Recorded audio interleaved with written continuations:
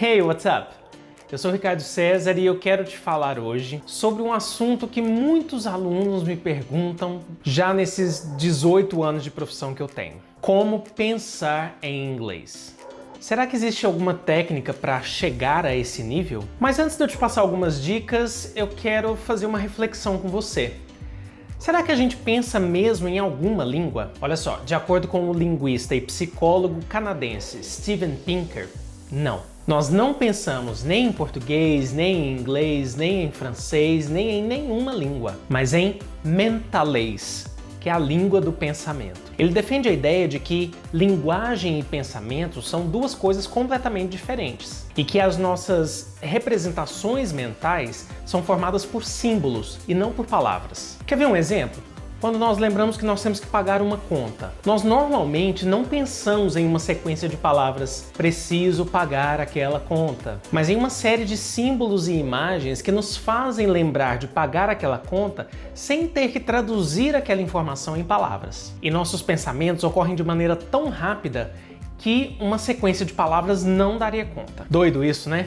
Mas para mim faz total sentido. Então, de acordo com Steven Pinker, aprender um novo idioma significa traduzir diretamente do pensamento para língua estrangeira sem o intermédio da língua materna. Quando nós escutamos ou lemos alguma coisa na nossa língua, nós dificilmente prestamos atenção aí no texto, na maneira que ele foi construído, na maneira que uma frase foi construída, porque o nosso foco está em entender a mensagem. Então, espera-se que lá no final da aquisição do idioma, o aprendizado consiga aí processar as informações na língua estrangeira sem a interferência da língua materna e também de forma inconsciente. Porque o foco vai estar no conteúdo e não na forma, do mesmo modo que nós processamos as informações da nossa língua materna. Então eu quero te dar 3 dicas para você evitar essa tradução mental. Olha, eu nunca fui contra o uso da tradução como ferramenta de ensino. Ela pode ser usada sim como uma ferramenta, como um meio e não como fim.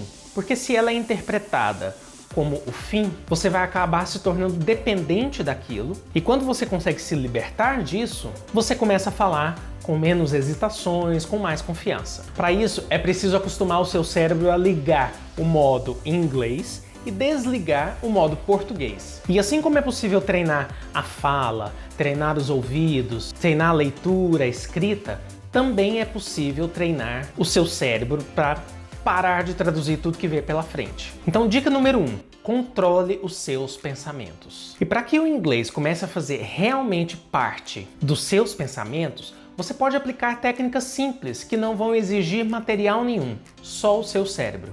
Uma prática que você pode testar agora mesmo, independentemente do seu nível de proficiência, seja você iniciante, intermediário, avançado.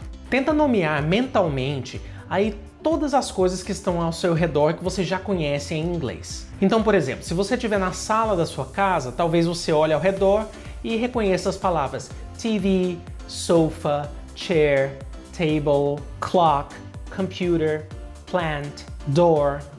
Faça isso em momentos diferentes e em lugares diferentes do seu dia a dia, para você se acostumar com a língua. Tenta associar as palavras que você está aprendendo em inglês a imagens e não a outras palavras em português. Por exemplo, quando você vira uma cadeira, já tenta imaginar a palavra chair relacionado com aquele objeto e não com a palavra cadeira. Agora, quando você já tiver um conhecimento maior, tenta utilizar essas palavras em frases. Tenta fazer frases um pouco maiores. Planeje o seu dia em inglês. Relembre um acontecimento do passado e escreva alguma coisa em inglês. Sempre que for possível, narre esses momentos que você está lembrando em inglês no seu pensamento. Uma prática simples, por exemplo, se você estiver indo da sala para a cozinha para pegar alguma coisa para comer, tenta descrever esse processo. O que você está indo fazer, como que você está, o que você está vestindo. Com isso, a língua sempre vai ficar ativada na sua cabeça. Now,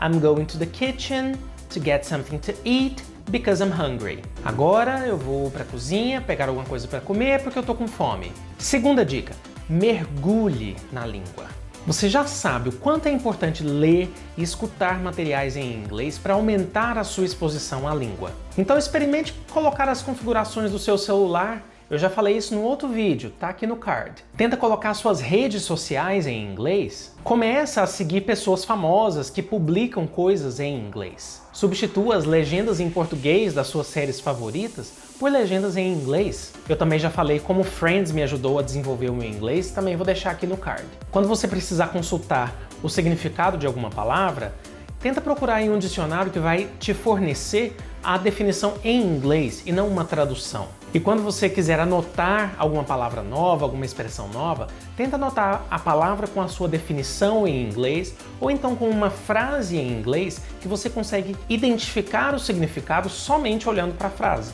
Então a chave aqui é inserir o inglês na sua vida e sempre que puder realizar uma atividade em inglês. Terceiro ponto e o mais importante, tenha paciência. Eliminar o português do seu pensamento é resultado de muito, mas muito contato com a língua. Remover aí a tradução da sua vida é um processo, e é um processo que não acontece da noite para o dia. Então, tenha paciência, tenha persistência, porque os resultados vão aparecer. Isso eu falo por experiência própria. Eu garanto que se você colocar isso em prática, os resultados vão aparecer muito antes do que você imagina. Espero que você tenha gostado dessas dicas and I'll see you in the next video. Bye!